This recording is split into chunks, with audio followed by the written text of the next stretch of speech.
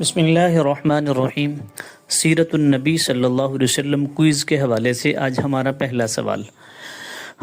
سوال یہ ہے کہ نبی پاک صلی اللہ علیہ وسلم کے دادا کا اصلی نام کیا تھا، اور آپ صلی اللہ علیہ وسلم کے دادا کو عبد المطلب کیوں کہا جاتا ہے؟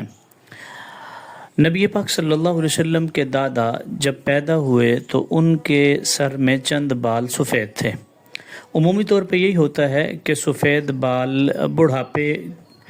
میں ہی آتے ہیں، تو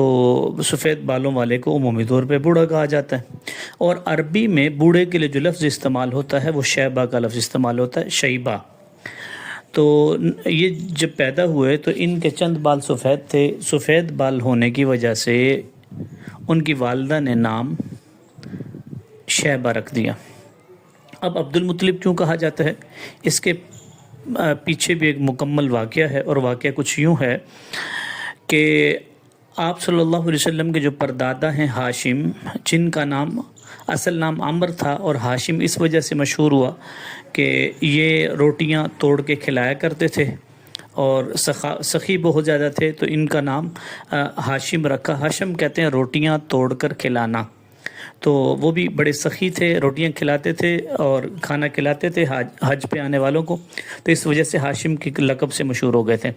تو نبی پاک صلی اللہ علیہ وسلم کے پردادا ہاشم، انہوں نے مکہ مکرمہ سے مدینہ منورہ کی طرف سفر کیا، جا رہے تھے شام، راستے میں مدینہ منورہ آتا ہے، کچھ دن یہاں قیام کیا، یہیں پہ نکاح کیا، کچھ دن قیام کے بعد یہ آگے چلے گئے شام کی طرف۔ شام اس وقت میں تقریباً سارے کا سارا جو فلسطین کا علاقہ ہے اور جو شام کا علاقہ ہے، اور یہ سارے علاقے اکٹھے ہی تھے، جس کو آج کل اسرائیل کا علاقہ بھی کہا جاتا ہے، یہ سارے ایک ہی تھے اور اس ساروں کو شام کہا جاتا تھا۔ تو جب نبی پاک صلی اللہ علیہ وسلم کے پردادا ہاشم وہاں شام پہنچے تو وہاں پر ان کا انتقال ہو گیا، اور غزہ میں ان کی قبر ہے۔ تو پیچھے جہاں پہ مدینہ منورہ میں نکاح کیا تھا وہاں پہ ان کے ہاں بیٹا پیدا ہوا، اور اس بیٹے کا نام شیبہ رکھا ان کی والدہ نے، جو میں نے پہلے تذکرہ کر دیا۔ تو ہاشم کے ایک اور بھائی تھے جن کا نام تھا مطلب، ان کو جب پتہ چلا کہ میرا بھتیجا پیدا ہوا اور مدینہ منورہ میں ہے تو یہ لینے کے لیے چلے گئے۔ جب لے کے واپس آئے والدہ کی رضامندی کے ساتھ، کیونکہ والدہ شروع میں نہیں چاہ رہی تھی کہ میرا بیٹا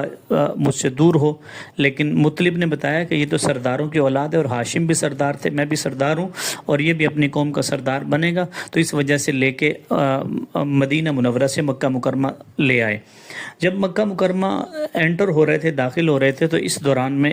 یہ واقعہ پیش آیا کہ مطلب نے اپنے بھتیجے شیبہ کو پیچھے بٹھایا ہوا تھا،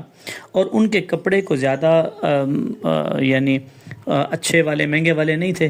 تو لوگوں نے سمجھا کہ شاید یہ جو مطلب ہے یہ کوئی غلام خرید کے لایا، اور عربی میں عبد